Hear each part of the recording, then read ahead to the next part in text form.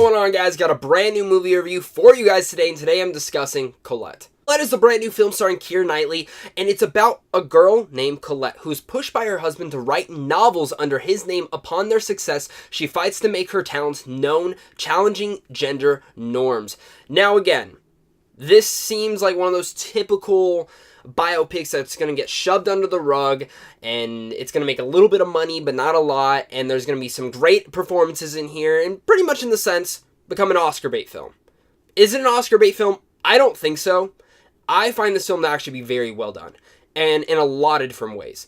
A lot of that going to the performances and the direction of this movie, which are superbly strong.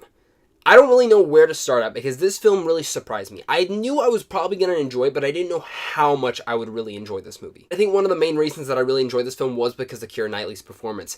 She is superb in here. Now, when the film starts, you're kind of like getting into it, and you're like, oh, she's doing a good job. But there comes a couple moments towards the back half of the movie that everything just builds to that point, and she just gives a ferocious, I mean a ferocious performance in all light. Point where I was getting emotional. I was like, yes, girl, do it. Do it! So Dominic West plays her husband in here, Dominic West is one of those actors who shows up and stuff and does such a damn good job, and in this, he does another good job too. I don't think it's like Oscar caliber stuff, because I think out of all the performances of this year, Keira Knightley gives one of the best that I've seen so far, but Dominic West, again, is still one of those best. He does a great job portraying this husband, giving those emotional beats, but it's Keira Knightley that really steals the whole show from every other performance in here. To be honest, again, with all the different types of characters in this film that Colette gets to meet and all the different types of events that she has to go through, one of the big things that makes this film stand out the most for me, especially all year long, is one, how the director decided to shoot this film. Yes, the cinematography is beautiful. It pans a picture.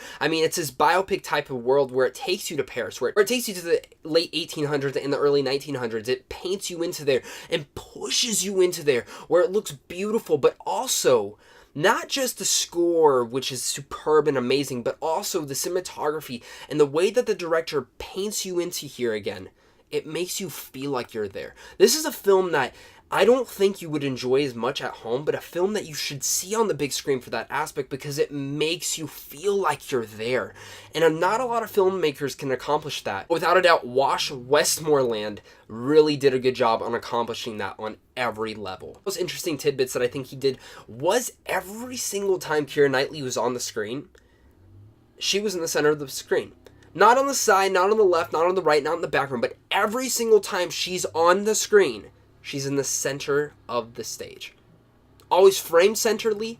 And that's something that early or on in the film, I was like, oh, that's a cool thing. But throughout the film, I started noticing. I was like, that is such a talented director to really just put it subtly in there and not feel distracting, but feel like it's a representation of who the character is. Even when her husband's taking all the credit for all these certain events that she's doing, she's still in the center.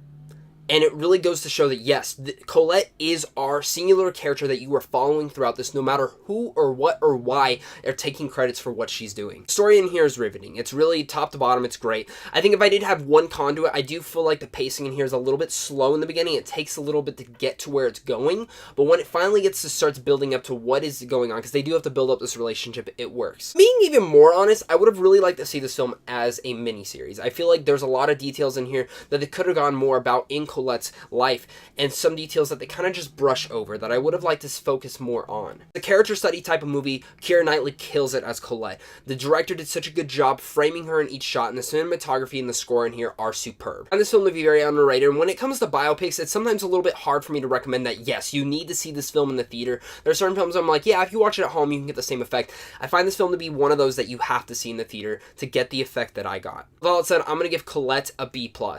Are you guys excited to see this film? Comment down below and tell me your guys' thoughts. Have you seen it already? Let's talk about it. So if you guys are new here, hit up Sandwich on Films right down there, because right down there you guys can get into advanced movie screens, even check out some movie news, and even some movie reviews. But of course, guys, until next time, stay classy.